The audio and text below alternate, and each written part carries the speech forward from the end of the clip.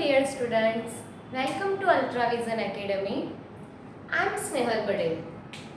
આજે આપણે જોઈશું ધોરણ 8 ચેપ્ટર નંબર 2 ગણિતમાં ચેપ્ટર 2 એક ચલ સુરેખ સમીકરણ એના સ્વાધ્યાય 2.2 નો ક્વેશ્ચન નંબર 12. તો ચલો જોઈએ. 15 વર્ષ પછી રવિની ઉંમર તેની હાલની ઉંમર કરતા 4 ગણી થાય છે. કોના કરતા? ચલો ક્વેશ્ચન કરો. કોના કરતા 4 ગણી થાય છે? તો રવિની હાલની ઉંમર કરતા 4 ગણી. તો આપણે શું ધારવાનું? ધારો કે રવિની હાલની ઉંમર x વર્ષ છે. જો 15 વર્ષ પછી રવિની ઉંમર તેની હાલની ઉંમર કરતા 4 ગણી છે. તો શું કીધું છે? જે હાલની ઉંમર x છે તો 15 વર્ષ પછી એની ઉંમર કેટલી હશે? તો એના કરતા 4 ગણી. તો 15 વર્ષ પછી રવિની ઉંમર કેટલી હશે? 4 ગણી કીધી છે. આ x હતી તો આ કેટલા વર્ષ હશે? 4x વર્ષ થાય. ચલો કન્ફ્યુઝ છે કે આમાં કોઈનો સરવાળો નથી આપ્યો, બાદબાકી નથી આપી, ખાલી એટલું કહી દીધું કે 15 વર્ષ પછી રવિની ઉંમર 4x વર્ષ. આ તો આપણને સમીકરણમાં આપ્યું હતું એ ઉપરથી ખબર પડી કે આની 4x વર્ષ થાય છે 15 વર્ષ પછી. પણ આવું ના કહેવાય. તથા રવિની ઉંમર કેટલા વર્ષ પછી? 15 વર્ષ પછી કેટલી થશે? ધારો કે હાલ x હોય તો એવું કહી શકું કે 15 વર્ષ પછી x + 15 વર્ષ થાય. કહેવાય કે ના કહેવાય? જો રવિની હાલની ઉંમર x વર્ષ છે તો શું 15 વર્ષ પછી એવું કહેવાય કે એની ઉંમર x + 15 વર્ષ થાય? તો હા. પણ આ જુઓ તો 15 વર્ષ પછી રવિની ઉંમર 4x વર્ષ, 15 વર્ષ પછી રવિની ઉંમર x + 15. તમે એવું કદી જોયું? હું કહું ધારો કે હાલ મારી ઉંમર 21 વર્ષ છે તો શું એવું થશે કે 2 વર્ષ પછી હું એમ કહું કે 2 વર્ષ પછી મારી ઉંમર 23 વર્ષ થવાની કે નહીં? તો એવું કોઈ હોય કે 2 વર્ષ પછી કોઈ કે આની 25 વર્ષ થઈ જશે? ના. 2 વર્ષ પછી તો કેટલી થશે? 21 હોય તો 23 જ થાય. મતલબ 4x વર્ષ કહું કે x + 15 એ બંને કેવી હશે? સરખી. કેમ? બંને કેટલા વર્ષ પછીની આપી છે? 15 વર્ષ પછી આપી છે કે નહીં? તો x + 15 = 4x લખાય કે ના લખાય? મેં શું કર્યું? 15 વર્ષ પછી બંને ઉંમર હતી, બંનેને સરખાઈ દઉં છું. બંને સરખી હતી તો ચલો x + 15 = 4x. બરોબર. આ સમીકરણ થોડું નવું લાગશે તમને. કેમ? બરાબરની બંને બાજુ ચલ વાળું પર. અત્યાર સુધી કોઈ એક જ તમે દબાઈ દેતા હતા. હવે શું થયું? બંને બાજુ. તો શું કરવાનું? ગભરાવાનું નહીં. બંને બાજુમાંથી કઈ બાજુનો સહગુણક મોટો છે? x ની આગળ સહગુણક 1 છે, x ની આગળ 4. જે બાજુ મોટો એ બાજુ એને લઈ જાઓ. જો આ x છે એની આગળ 1 છે, અહીંયા 4. તો કઈ બાજુ લઈ જશું આપણે એને? જમણી બાજુ લઈ જઈશું. તો શું વધ્યું આ બાજુ? 15 = 4x. આ બાજુ x ધન હતા, પેલી બાજુ જાય તો માઈનસ. તો આવું થયું. 15 = 3x કેવા છે? મેં શું કર્યું? 4x માંથી x જાય એટલે 3x. હવે x શોધવો હોય તો 3 જે ગુણાકારમાં છે આ બાજુ આવો તો ભાગાકારમાં આવશે. 15 ના ભાગ પાડો. 5 × 15 3 = x. 3 3 ઉડી ગયા. તો જો તો x બરાબર શું આવ્યું? x બરાબર 5 મળે છે. x ના બદલે આપણને કેટલા મળ્યા? 5. જો x મળી તો રવિની હાલની ઉંમર મળી જશે કે નહીં મળે? તો નીચે એક લાઈન લખી દેવાની. રવિની હાલની ઉંમર 5 વર્ષ છે. જો આને તમારે તાળું મેળવવું હોય તો શું કરો? એની હાલની ઉંમર 5 વર્ષ છે તો એના 15 વર્ષ પછી કેટલી ઉંમર થશે? તો 15 ને 5 20. તો હાલની ઉંમર 5, 15 વર્ષ પછી એની ઉંમર 20. જો તેની હાલની ઉંમર કરતા 4 ગણી થાય છે તો 5 × 20 થઈ જાય છે કે નહીં? જે આપણને રકમમાં કીધું હતું. તો દાખલા માટે કશું કરવાનું નહીં. પહેલા જે કીધું છે પ્રમાણે ધારો. તો તેની હાલની ઉંમર કરતા, કોના કરતા? હાલની ઉંમર કરતા. તો હાલની ઉંમર x ધારી લીધી તો એની 15 વર્ષ પછીની ઉંમર 4x આવી. પણ આપણે ડાયરેક્ટલી પણ કહી શકાય હાલની ઉંમરમાં 15 ઉમેર્યું તો પણ મને 15 વર્ષ પછીની ઉંમર મળે. આ બંનેના ઇક્વલ કેવા છે? કારણ કે 15 વર્ષ પછી કોઈ પણ સમીકરણ 4x હોય કે x + 15 વર્ષ તો બદલાવાના નથી. તો આ બંને ઇક્વલ બતાયા, એના ઉપરથી સાદું રૂપ આપો. ઓકે, તો ચલો આગળ જોઈએ ક્વેશ્ચન નંબર 13.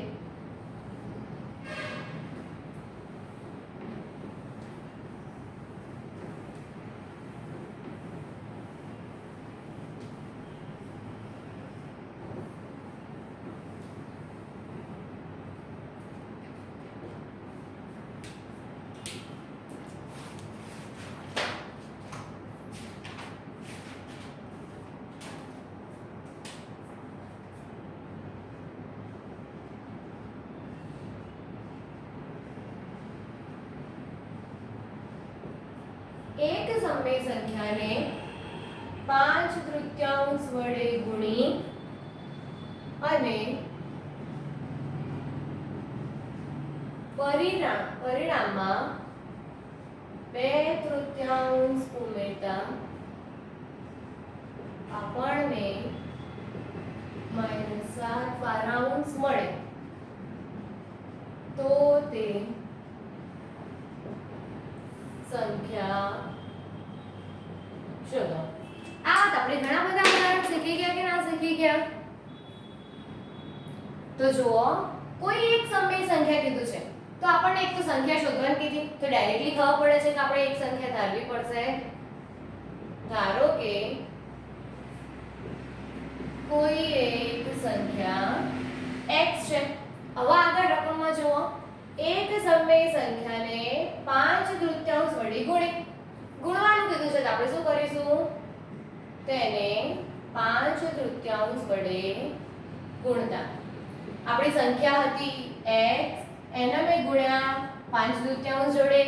તો જો આના અંશનો અંશ જોડે ગુણાકાર એટલે 5x/2 મળે. તો હું લખી દઉં છું, જો કોઈ એક સંખ્યા x હતી એને 5/3 વડે ગુણી એટલે મતલબ એને ગુણી દઉં છું અને 5x/2 મળે છે. આગળ જો, અને પરિણામમાં 2/3 ઉમેરતા જે આપણને પરિણામ મળ્યું એમાં કેટલા ઉમેરવાના કીધું છે? 2/3. તો લખી દો, તથા પરિણામમાં 2/3 ઉમેરતા. તો ઉમેરો, ચલો. પરિણામ હતું 5x/2, એમાં ઉમેર્યા 2/3. હવે આગળ રકમ વાંચો. જો તમે પરિણામમાં 2/3 ઉમેરો છો તો આપણને કેટલો આન્સર મળે છે? -7/12 મળે છે. તો આપણું મળતું પરિણામ કેટલું કહેવાય? -7/12. તો મળતું પરિણામ કેટલું આપ્યું છે? -7/12 છે. તો જે આપણને આ પરિણામ મળ્યું લાસ્ટ, એ અને -7/12 ઇક્વલ કહેવાશે કે નહીં? કારણ કે આપણને જે પણ પ્રોસેસ કરવાની કીધી છે એ કર્યા પછી સમીકરણ કયું મળ્યું? 5x/2 + 2/3. તો એને કઈ રીતે લખાય? 5x/2 + 2/3 બરાબર -7/12. બરોબર? જે રીતે કીધું છે એ પ્રમાણે દાખલો ગણ્યો, આપણને સુરેખ સમીકરણ મળી ગયું. હવે ચલો x વાળું પદ દબાઈ દો, બાકીના પદને સામે લઈ જાઓ. તો 5x/2 પ્લસ સોરી જુઓ 2/3 પદ આપણે સામે લઈ જવાના છે, તો કેટલા આવશે? -7/12. પેલી બાજુ જશે તો -2/3 થઈ જશે કે નહીં થઈ જાય? તો જુઓ, હવે પેલાના છેદમાં 12 છે, અહીંયા છેદમાં 3 છે. તો શું કરશો? જ્યારે પણ આવું હોય ત્યારે હંમેશા આપણે શું કરવાનું? બંનેના છેદ સરખા કરવા માટે પ્રયત્ન કરીએ છીએ લસા લઈ. તો તમે જો 12 અને 3 નો લસા લેવાની જરૂર લાગે છે? આપણને નોર્મલી પણ ખબર છે કે જો 3 ને ઉપર આપણે આ સંખ્યા છે 2/3, એના ઉપર નીચે હું કેટલા વડે ગુણું તો 12 આવશે છેદમાં. છેદમાં 12 લાવવા હોય, 3 આપ્યા છે તો એને 4 વડે ગુણવાથી આવી જશે કે નહીં આવી જાય? તો આપણે ગુણી દઈએ. 5x/2 બરાબર -7/12 ને કંઈ પણ કરવાની જરૂર નથી, ખાલી 2/3 ને ઉપર નીચે 4 વડે ગુણી દો. તો જુઓ 5x/2 બરાબર બંનેના છેદ સરખા આવી ગયા 12, 3 ચોક 12. બંનેનો ભેગો લખી દઉં. અંશમાં અહીંયા શું વધશે? -7. આ બાજુ વધશે -8. 4 દુ 8 અને આગળ માઈનસ. તો ચલો સાદુરૂપ આપો. 5x/2 બરાબર 7 + 8 કેટલા થશે? -15. કઈ રીતે? બંનેના ચિહ્નો ચેક કરો. ચિહ્નો કેવા છે? સરખા. સરખા હોય તો બંનેનો સરવાળો. તો 7 ને 8 15. ચિહ્ન મોટી સંખ્યા એટલે કે 8 ની આગળ માઈનસ હતું તો આપણે પણ કેટલા લખવાના? માઈનસ આવશે કે નહીં? છેદમાં હતા એટલે એમ 12. ચલો પછી આવશે હવે જુઓ આ 2 છે એ x ના ભાગાકારમાં છે. પેલી બાજુ જાય તો ગુણાકારમાં જશે. તો -15 ના ગુણાકારમાં 2 છેદમાં વધ્યા 12. પાછા અમુક લોકો હોય ને 2 ઉડાડી દેશે. આ રીતે ઉડે ક્યારે? આ સંખ્યાઓ છે એને ડાયરેક્ટલી આ રીતે ઉડતી નથી. એના અવયવ પાડો છો તમે એટલે ઉડે છે. બાકી બે સરખા હોય તો ક્યારે ઉડાડવા નહીં.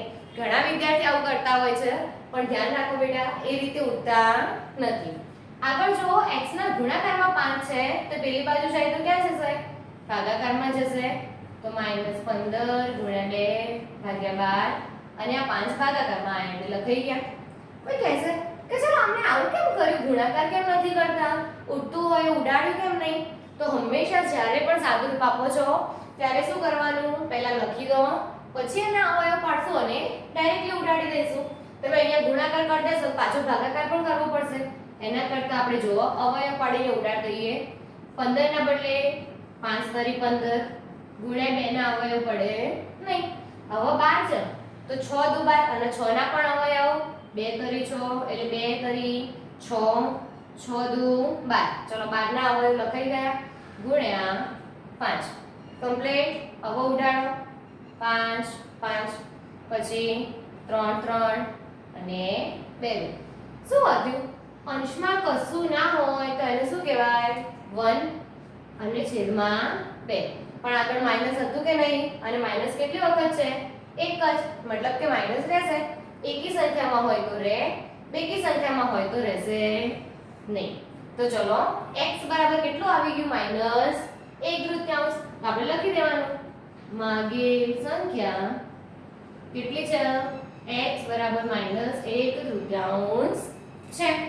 તો મેં શું કર્યું? સૌથી પહેલા સમય સંખ્યા ધારવાની કીધી તો ધારી લીધી. પછી એના જેટલા વડે ગુણવાના હોય ગુણી લો. ગુણ્યા પછી એમાં 2/3 ઉમેરો તો 2/3 ઉમેર્યા. અને મને પરિણામ કેટલું મળ્યું? 7/12. તો આ બંને પરિણામને સરખાઈ દો. પરિણામ સરખાવશો એટલે તમને એક સમીકરણ મળ્યું. એના પછી તો આપણે છે કે નહીં તમને ઉકેલતા? હવે તો આવડતું હશે ને આટલા બધા વિડિયો લેક્ચર જોયા પછી? અને જો કોઈ વિદ્યાર્થીએ ખરેખર આગળના નથી જોયા તો એ પહેલા આગળના પાર્ટ જોઈ લેજો પછી આ પાર્ટ જોજો. બરોબર?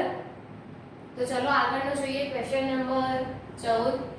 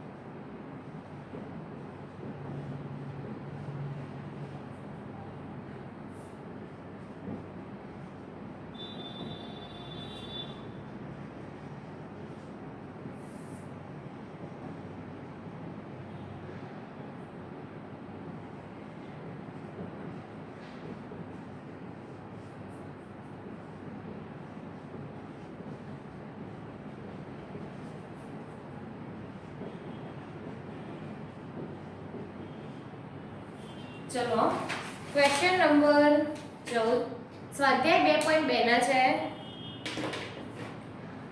સ્વાધ્યાય 2.2 નો ક્વેશ્ચન નંબર 14. લક્ષ્મી એક બેંકમાં ખજાનચી છે. ખજાનચી મતલબ કે એની પાસે ને કે કેશિયર કહીએ છીએ આપણે કે જે બેંકમાં પૈસા લેવાનું કામ કરતા હોય છે કે નહીં કેશિયરને, તો એ છે. તેની પાસે અનુક્રમે ₹100, ₹50 અને ₹10 ના મૂલ્યની ચલણી નોટો છે. એની પાસે કઈ કીધા ₹100ની, ₹50ની અને ₹10ની. તો એની પાસે આ નોટની સંખ્યાનો ગુણોત્તર.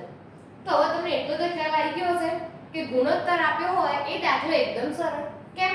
જે ગુણોત્તર આપ્યો છે એનો પહેલો શું કીધું છે 2, તો એ કોનો અનુલક્ષી હશે 100 નો. તો 100 ની નોટની સંખ્યા કેટલી હશે 2x. પછી 50ની 3x અને 10ની નોટની સંખ્યા કેટલી હશે 5x. ગુણોત્તર હોય ડાયરેક્ટલી આપણને મળી જાય છે કે નહીં. જો તેની કુલ રકમ આપી દીધી છે, દાખલામાં તમારે જનરલી કુલ રકમ આપેલી હોય છે, તો આપણે શીખી ગયા હતા કે નહીં આ દાખલા. એના માટે આપણે શું કરશું, સૌથી પહેલા એક કોષ્ટક ડ્રો કરીશું. તો કોષ્ટક માટે સૌથી પહેલા રૂપિયા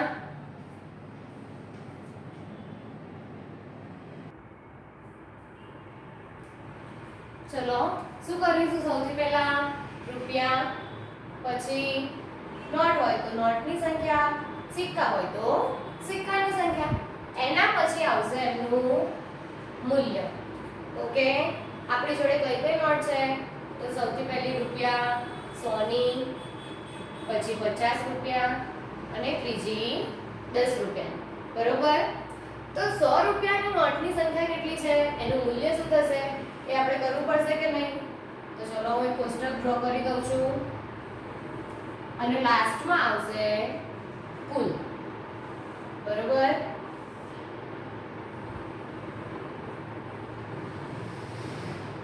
ઓકે, ચલો 100 રૂપિયાની નોટની સંખ્યા કેટલી થશે, મેં તમને પહેલા જ કીધું હતું કે ગુણોત્તર છે.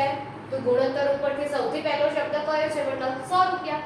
તો 100 રૂપિયાની નોટની સંખ્યા 2x, પછી 50 રૂપિયાની નોટની સંખ્યા 3x અને 10 રૂપિયાની નોટની સંખ્યા 5x. તમે જોયું જે પ્રમાણે ગુણોત્તર હતો ને હું એ જ પ્રમાણે લખું છું જેથી મારે ભૂલ પડે નહીં.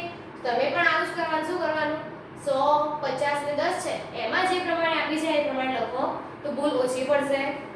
પછી આપણે કીધું હતું નોટની સંખ્યા અને રૂપિયા એ બંનેનો ગુણાકાર કરો એટલે આપણને શું મળશે એનું મૂલ્ય. તો નોટ કઈ હતી 100 રૂપિયાની, એની સંખ્યા 2x. 100 ગુણકોનો સરવાળો 100 ગુણ્યા 2 એટલે 200x થશે કે નહીં થાય. પછી જુઓ 50 ગુણ્યા 3x, 50 ગુણ્યા 3 કરો એટલે 150x. કઈ રીતે જો શૂન્ય ના ગણશો એના સિવાયનો ગુણાકાર કરી દો. 3 પંચા 15, કેટલા શૂન્ય હતા 1 તો પાછળ 1 લગાવી દો. પછી 10 ગુણ્યા 5x કેટલા થશે 50x. બરોબર. આટલું થઈ જાય પછી નીચે શું લખવાનું, હવે આપણને બીજું શું આપ્યું છે, જો કુલ રકમ 4 લાખ, તો કુલ રકમ કેટલી છે તેને લાઈન કરીને લખી દો 4 લાખ. ઓકે, કેટલા રૂપિયા કીધા 4 લાખ રૂપિયા. તો 4 લાખ લખાઈ જાય છે. ઘણી વખત તમને એવું કીધું હશે કોઈ ત્રણમાંથી એક નોટની સંખ્યા નહીં આપી હોય અને છેલ્લે અહીંયા આગળ કુલ નોટની સંખ્યા આપી હોય, તો મેં તમને શું શીખવાડ્યું હતું, જે પણ નોટની સંખ્યા નથી આપી ત્યાં કુલ નોટમાંથી બાકીના બેનો સરવાળો બાદ કરી દેવાનો. ધારો કે ચલો અહીંયા આગળ ના આપ્યું હોય અને અહીંયા હું એમ કહું છું કે 40 નોટ છે, તો આ શોધવું હોય તો શું શીખવાડ્યું હતું, પહેલા 40 લખો, વચ્ચે બાદબાકી અને આ બંનેનો સરવાળો કરી દો. 5 ને 2 7x. કમ્પ્લીટ. આ રીતે કરાય. એની ગણતરી પણ નીચે બતાવવી પડે. એવો દાખલો આવશે તો આપણે આગળ જોઈએ છીએ. આમાં જે હતું એમ ટાઈમ લખી દીધું મેં. તો ચલો મૂલ્ય આવી ગયું. આપણને ખબર છે આપણે દાખલો કોના આધારે ગણીએ છીએ, આટલા લાસ્ટ સ્ટેપના આધારે ગણીએ છીએ. તો શું કરવાનું, તો કુલ રકમ બરાબર આ ત્રણેયનો સરવાળો થશે કે નહીં થાય. તો લખી દઉં 200x વત્તા 150x વત્તા 50x બરાબર 4 લાખ આવશે કે નહીં. હવે ચલો આ ત્રણેયનો સરવાળો કરો. ત્રણેય x માં જ છે, 200 પ્લસ 150 પ્લસ 50. 150 નો 50 એટલે 200, 200 ને 200 400x આવશે કે નહીં આવે? તો 400x બરાબર 4 લાખ. કમ્પ્લીટ. હવે આને આપણે ભાગાકાર કરવા થશે. 400 જે ગુણાકારમાં છે પેલી બાજુ જાય તો ભાગાકારમાં જાય કે ના જાય? છેદમાં 400.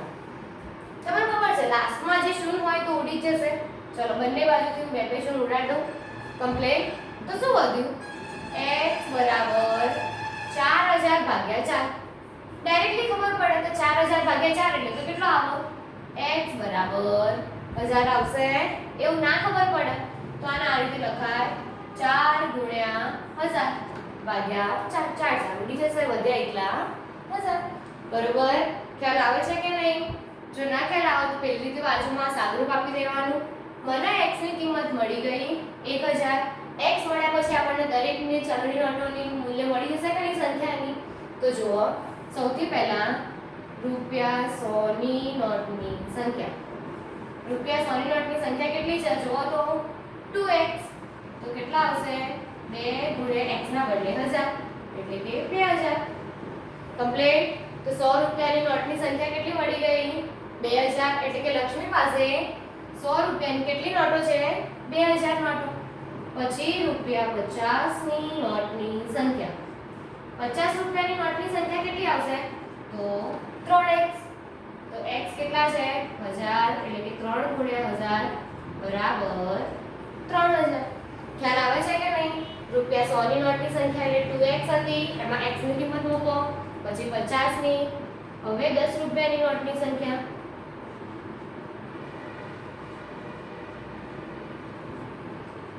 5x હતી કે નહીં? તો 5000 આવશે કે નહીં આવે?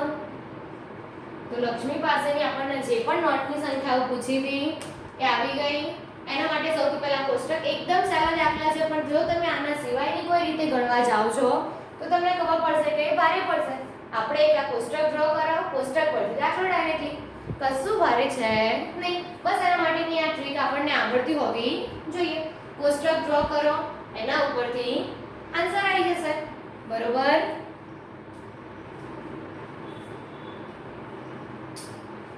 તો ચલો આગળનો દાખલો જોઈએ.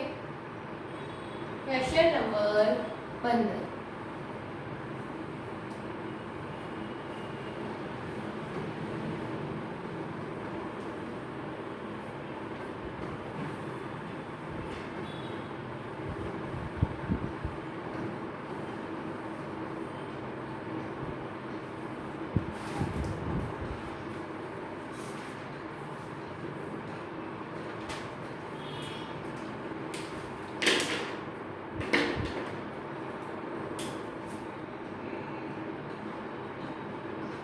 મારી પાસે રૂપિયા 1, રૂપિયા 2 અને રૂપિયા 5 ના મૂલ્યવાળા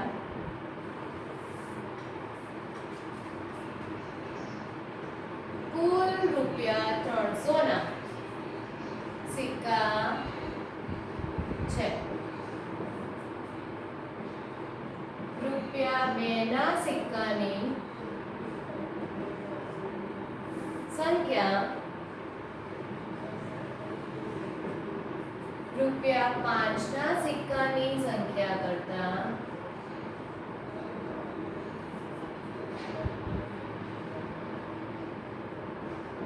3 ગણી છે.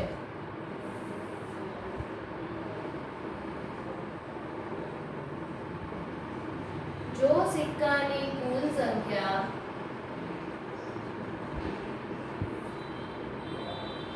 160 હોય તો દરેક મૂલ્યના સિક્કાઓની સંખ્યા શોધો.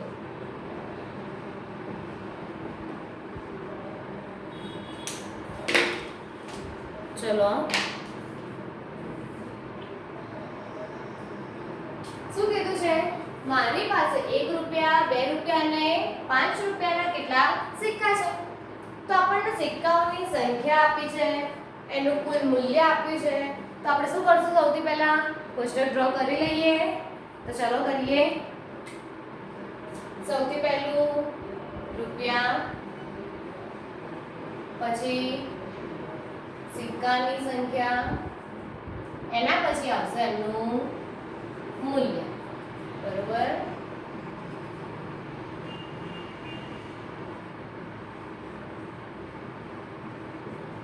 चलो સૌથી પહેલા 1 રૂપિયાના 2 રૂપિયાના 5 રૂપિયાના અને છેલ્લો ઓપ્શન કુલ આવશે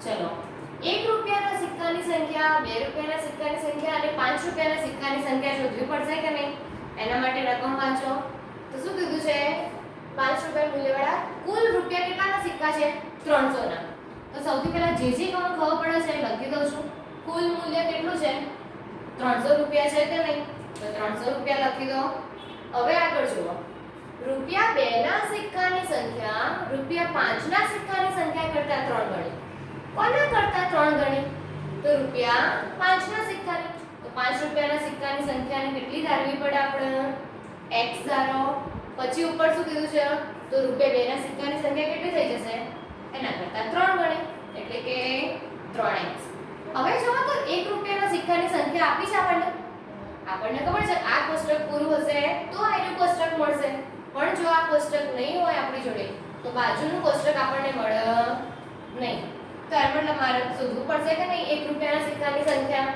એના માટે આપણને આપી છે સિક્કાઓની કુલ સંખ્યા કેટલી છે 160 આપણી જોડે બધા સિક્કા છે 160 માંથી 3x અને x સિક્કા 2 અને 5 ના છે તો બાકીના સિક્કા 1 ના હશે કે નહીં આ મેં તમને શોધવા માટેની ડાયરેક્ટ ટેકનિક શીખવાડી હતી કે નહીં શું કરો કુલ છે એ કુલ લખી દો વચ્ચે માઈનસ આ બંનેનો સરવાળો કરો 3 ને 1 4x જો આપણે તારવીએ છીએ કારણ કે એક્ઝામમાં બતાવવું પડશે તો આપણે જોઈએ 160 - 4x આવવી જોઈએ 1 રૂપિયાના સિક્કાની સંખ્યા ચલો એ જોઈએ આવે છે કે નહીં તો આપણને ખબર છે કુલ સિક્કાની સંખ્યા બરાબર એક તો રૂપિયા 1 ના સિક્કાની સંખ્યા વત્તા રૂપિયા 2 ના સિક્કાની સંખ્યા અને રૂપિયા 5 ના સિક્કાની સંખ્યા તો 1 રૂપિયાના સિક્કાની સંખ્યા ખબર નથી તો રૂપિયા 1 ના સિક્કાની સંખ્યા વત્તા 2 રૂપિયાના સિક્કાની સંખ્યા કેટલી છે 3x અને 5 રૂપિયાના સિક્કાની સંખ્યા x છે જો 160 - 4x આપણે લખ્યા છે એ જોઈએ એ આવે છે કે નહીં આવતા તો કેટલી આવશે કુલ સિક્કાની સંખ્યા એટલે 160 રૂપિયા 1 ના સિક્કાની સંખ્યા મને ખબર નથી એ શોધવાની છે તો એમના એમ આ 3x ના x એટલે 4x થાય મારે જે શોધવું છે એના સિવાયનું આ બાજુ મોકલી દઉં તો 1 રૂપિયાના સિક્કાની સંખ્યા શોધવી હોય તો 4x ના આ બાદ લાવું એટલે માઈનસ થઈ જશે પેલી બાજુ પ્લસ હતા કે નહીં તો જો આ બાજુ આવશે તો માઈનસ થઈ જશે એટલે કે રૂપિયા 1 ના સિક્કાની સંખ્યા જો તો આપણે જે લખેલી આવી જાય છે કે નહીં આવતી તો હા હવે વાત આવી આ બંનેનો ગુણાકાર હવે 160 એટલે કોના જોડે ગુણવાના એક જોડે અમે કીધું હતું કે બે પદ હોય તો હંમેશા કૌંસ કરવાનો પણ કોઈ પણ સંખ્યાનો એક જોડે ગુણો તેના એ જ આવશે મતલબ કે આપણે કેટલા આવશે 160 - 4x જ આવશે હવે ગુણવાના બે જોડે તો 2 * 3x એટલે 3 દુ 6x આવશે પછી 5 જોડે તો 5 * x એટલે 5x બરોબર ખ્યાલ આવે છે હવે આપણે આના ઉપરથી દાખલો ગણીએ જે દર વખત ગણીએ છીએ બધા મૂલ્યનો સરવાળો કરું એના બરાબર 300 લખી દઈશું હવે કેટલા આવશે 1 રૂપિયાના સિક્કાનું મૂલ્ય 160 - 4x વત્તા અથવા તો ચલો એક સ્ટેપ લખી દઈએ છીએ આપણે જો તમારા એક્ઝામમાં હોય તો એક સ્ટેપ લખી દેવાનું રૂપિયા 1 ના સિક્કાનું મૂલ્ય વત્તા રૂપિયા 2 ના સિક્કાનું મૂલ્ય વત્તા રૂપિયા 5 ના સિક્કાનું મૂલ્ય બરાબર શું થશે? કુલ મૂલ્ય કહેવાય કે ના કહેવાય? તો જુઓ મેં શું કર્યું, આટલું સ્ટેપ લખી દો. ગયા દાખલામાં આપણે નહોતું લખ્યું, પરંતુ જો લખશો તો આ તમારા માટે સારું છે. તો 1 રૂપિયાના સિક્કાનું મૂલ્ય હતું 160 માઈનસ 4x, રૂપિયા 2 ના સિક્કાનું મૂલ્ય હતું 6x એટલે એમાં ઉમેરો પ્લસ 5x થશે બરાબર. કુલ મૂલ્ય કેટલું છે જુઓ તો 300 છે, તો કુલ મૂલ્ય આવશે 300 બરોબર. હવે જુઓ 160 x x વાળા પદનું બધામાં જોઈ લઈએ માઈનસ 4x પ્લસ 6x બંનેના ચિહ્નો વિરુદ્ધ એટલે બાદબાકી. 6 માંથી 4 જાય એટલે 2x વધશે, ચિહ્ન કોનું આવશે? મોટી સંખ્યાને એટલે પ્લસ. તો આ 2x 5x તો કેટલા થયા? 5 ને 2 7x. તો હું ડાયરેક્ટ અહીંયા કેટલા લખીશ? 7x લખાશે કે નહીં? આ બંનેનો જવાબ કેટલો આવે છે? 2x અને 2x 5x એટલે 7x બરાબર 300. ખ્યાલ આવે છે? હવે આગળ જુઓ. હવે મારે x શોધવા 160 ને પેલી બાજુ મોકલો તો 7x બરાબર 300 માઈનસ 160. તો 7x બરાબર 300 માંથી 160 બાદ કરો તો કેટલા આવશે? 140 આવશે. તો જુઓ 140. હવે મારે x શોધવો હોય તો 140 ભાગ્યા 7. તો હવે આને કઈ રીતે ઉડાડશો? તો આને આ રીતે લખાય. જો 140 છે એના બદલે આપણે લખાય 14 ગુણ્યા 10 લખાય કે નહીં? તો 14 ના બદલે આપણે કઈ ઉડાડશું? 7 દુ 14 10 દુ 20. તો આપણને x નું મૂલ્ય કેટલું મળી ગયું? 20 મળી જાય છે. x નું મૂલ્ય 20 મળ્યું, એના ઉપરથી આપણને 1 ની સંખ્યા મળશે, રૂપિયા 2 ના સિક્કાની સંખ્યા મળશે, રૂપિયા 5 ના સિક્કાની સંખ્યા મળી જશે કે નહીં મળે? તો જુઓ આટલું ભૂસી દઉં છું. એક વખત x મળી ગયા તો x મળ્યા પછી હવે આગળનો દાખલો જોઈએ. રૂપિયા 1 ના સિક્કાની સંખ્યા. રૂપિયા 1 ના સિક્કાની સંખ્યા કેટલી હતી? તો જુઓ 160 માઈનસ 4x હતી.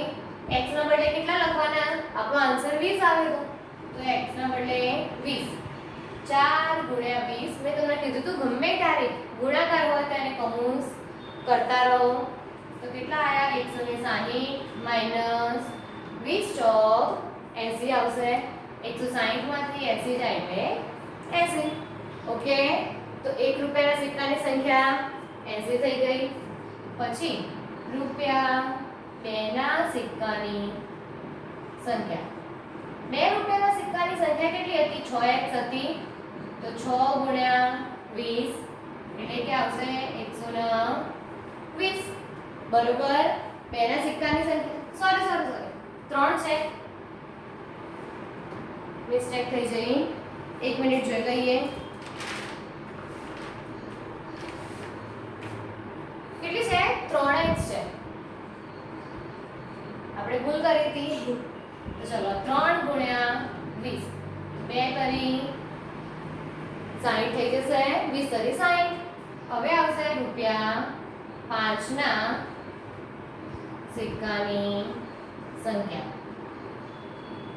રૂપિયા 5 ના સિક્કાની સંખ્યા કેટલી આવશે? x આપી છે. x કેટલા હતા? 20 હતા કે નહીં? તો ખ્યાલ આવે છે? હવે તમે જોઈ જુઓ ત્રણેય સિક્કાઓની સંખ્યાનો સરવાળો કરો તો આ 80 આ 60 અને આ 20. તો શું થયું? 60 ને 20 80 ને 80 160. આવી ગયો આપણો આન્સર. તમે શું કીધું? દરેક સિક્કાની કુલ સંખ્યા કેટલી છે? 160 છે. એ આપણા દાખલાના એન્ડમાં આવી જાય છે બરોબર. તો આ રીતે આપણે તાળો મેળવી શકીએ છીએ. ખ્યાલ આવે છે? ચલો હવે આગળ જોઈએ ક્વેશ્ચન નંબર 16. સ્વાધ્યાય 2.2 નો સૌથી છેલ્લો દાખલો. દાખલાને તમે એક અલગ રીતથી મતલબ કે તમે યુનિક રીતે એને સ્ટેપ બાય સ્ટેપ તમે ફોલો કરો છો તો કોઈ પણ દાખલા તમને ભારે પડશે નહીં. પરંતુ જેમ મારા હાથ ભૂલ થઈ ગણવામાં એ રીતે ઉતાવળ કરવાની નહીં. જોયું કે નહીં ઉતાવળથી ભૂલ થાય છે, તો થોડું શાંતિથી શાંત મગજે કરવાનું.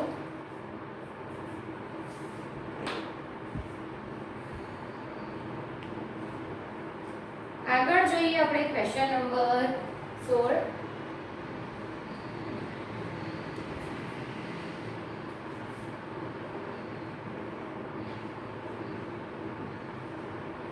એક નિબંધ સ્પર્ધાના આયોજકોએ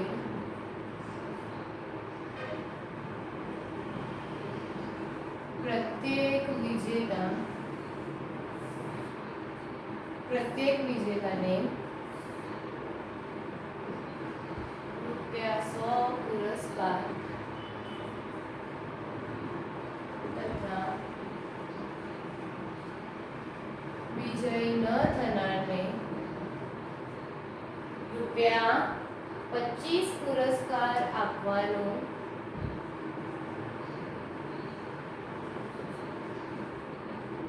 નક્કી કર્યું. જો પુરસ્કાર સ્વરૂપે આપવામાં આવે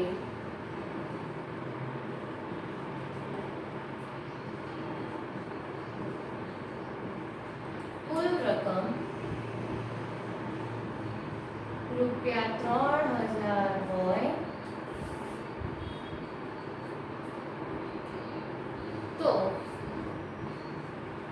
કુલ 63 સ્પર્ધકોમાંથી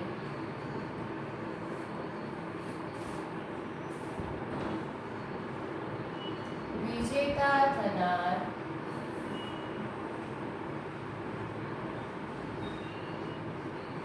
સ્પર્ધકની સંખ્યા શોધો.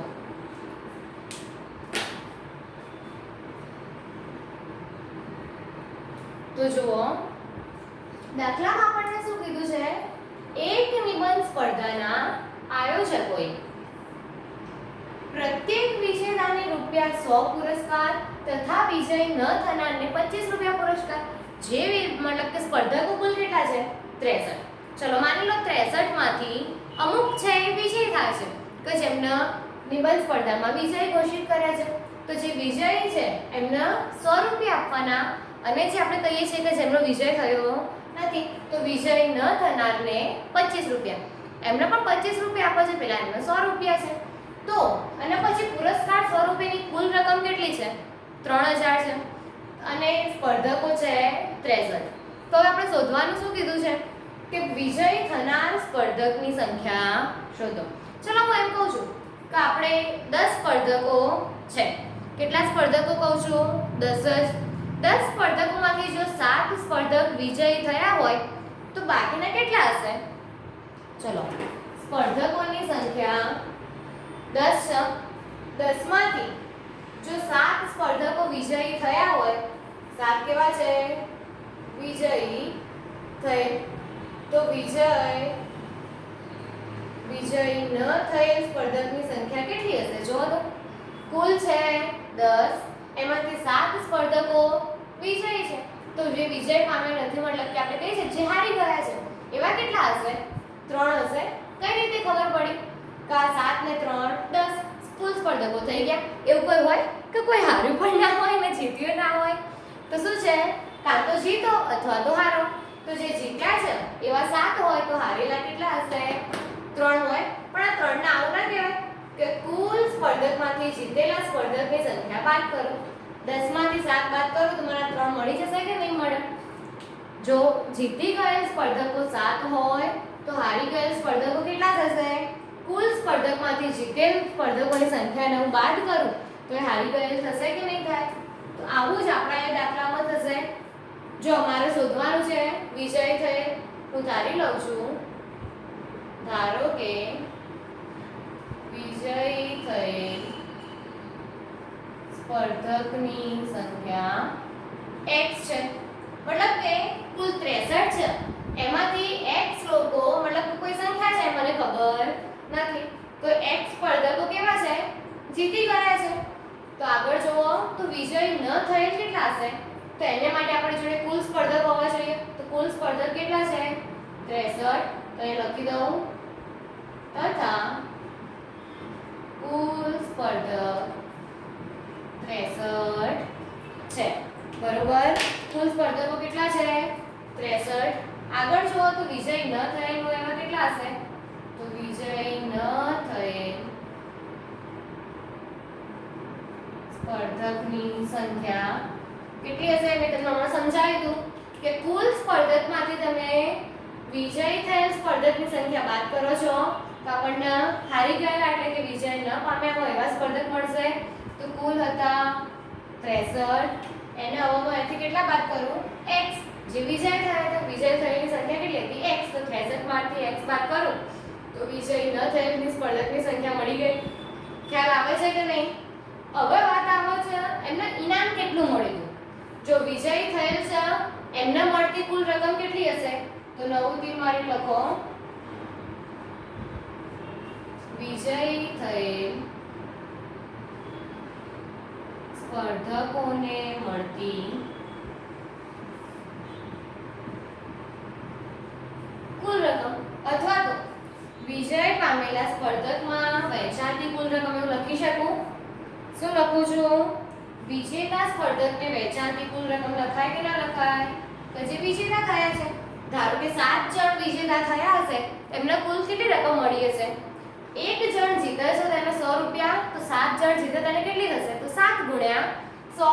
તો એટલે આપણે પણ થશે વિજેતા સ્પર્ધકોમાં વહેંચાતી કુલ રકમ. કુલ રકમ કઈ રીતે મળશે? તો વિજેતા સ્પર્ધકની સંખ્યા ધારો કે 7 જણ વિજય થયા હોય તો આપણે 7 ગુણ્યા 100 લખીએ. અહીંયા વિજય કેટલા છે? x. તો x ગુણ્યા 100. આના આ રીતે લખાય 100x. બરોબર. તો વિજય થયેલ સ્પર્ધકની સંખ્યા એટલે મળી. હવે વિજય ન થયેલ સ્પર્ધકની સંખ્યામાં કેટલી હશે? તો વિજેતા ન બનનાર સ્પર્ધકોમાં વહેંચાતી રકમ. જે સ્પર્ધકો વિજય નથી થયા મતલબ કે આ વખતે હારી ગયા છે તો એમના સંખ્યા કેટલી છે? તો કૌંસ કરીને લખી દઉં 63 - x. 63 - x અને એમને કેટલી રકમ મળે છે? તો 25 રૂપિયા. તો એમના ગુણાકારમાં કેટલા લખાશે? 25. ધારો કે પેલા 3 જણ વિજય નતા બન્યા તો 3 ગુણ્યા 25 લખ્યા ને આપણે એ રીતે અહીંયા 63 - x ગુણ્યા 25. જો 25 બંને જોડે ગુણાશે એક તો પહેલા 63 ગુણ્યા 25 -25x આવશે. તો 63 ગુણ્યા 25 એટલે કેટલા આવશે? 1575. મારી પાસે ઓલરેડી ગુણાકાર કરેલો છે. તમારે શું કરવાનું? રફમાં ગુણાકાર કરી દો અને પછી જવાબ લાવવાનો. તો 63 ગુણ્યા 25 કરો એટલે 1575. વચ્ચે માઈનસ હતું 25 ગુણ્યા x એટલે 25x. લખાઈ જશે કે નહીં? તો આના ઉપરથી તમે જુઓ કુલ રકમ એટલે શું હશે? કાં તો વિજેતાને આપી હશે અથવા તો વિજેતા નથી આવી. જો વિજેતાને વહેંચેલી રકમ અને વિજેતા નથી આ બંનેની રકમનો સરવાળો કરું તો મને કુલ 3000 રૂપિયા મળી જશે કે નહીં? કુલ રકમ તો અહીં લખી દેવાનું કુલ રકમ ₹3000 છે. બરોબર. તો હું શું લખીશ? કુલ રકમ એટલે વિજેતા સ્પર્ધકોમાં વહેંચાતી રકમ વત્તા વિજેતા ન બનનાર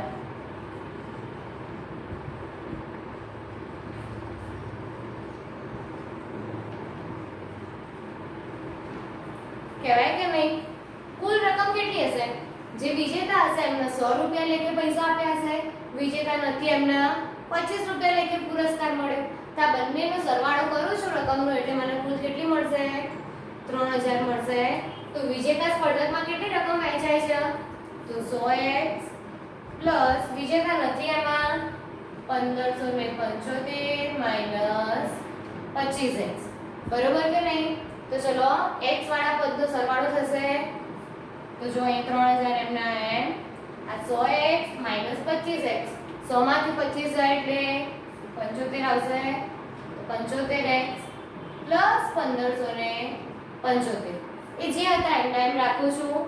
હવે જુઓ x વાળું પદ શોધવું હોય તો 1575 ને આ બાજુ લાવી દઉં તો 3000 માઈનસ 1575 બરાબર 75x બરોબર. તો જુઓ 3000 માંથી 1575 બાદ કરો આવશે 1425. તમારે બાદબાકી કરી લેવાની રફમાં. હવે મારા x શોધવા હોય તો 1425 ભાગ્યા 75 આવશે કે નહીં? કેમ x ના ગુણાકારમાં 75 હતા તો હવે કઈ બાજુ આવશે? ભાગાકારમાં. તો શું આનો 1425 ભાગ્યા 75 સાદો ભાગાકાર કરશો તમે આનો? તો ના, સાદો ભાગાકાર આપણને ભારે પડશે. આપણે એના માટે શું કરીશું? અવયવ પાડી લઈશું. તો સૌથી પહેલા 1425 ના અવયવ પાડો. 1425 ને 3 વડે ભાગ ચાલે છે ચેક કરો તો એના બધા જ અંકનો સરવાળો કરો. એ 3 વડે વિભાજ્ય હોય તો 3 થી ભાગ ચાલશે. તો 4 ને 5 5 ને 2 7 7 ને 5 12. તો કેટલો આવે છે અંકનો સરવાળો? 12 આવી ગયો. તો 12 હોય તો એને 3 વડે વિભાજ્ય છે કે નહીં? હા, એનો મતલબ કે 1425 ને 3 વડે ભાગાશે. તો ચલો 3 વડે ભાગો. ડાયરેક્ટલી ભાગાકાર કરું છું. એક સંખ્યાથી ભાગ નહીં ચાલે એટલે બે સંખ્યા. તો 14 કરતા નાની આવે 3 4 12. 14 માંથી 12 જાય એટલે 2 વધ્યા. 2 ને પાછળના 2 એટલે 22.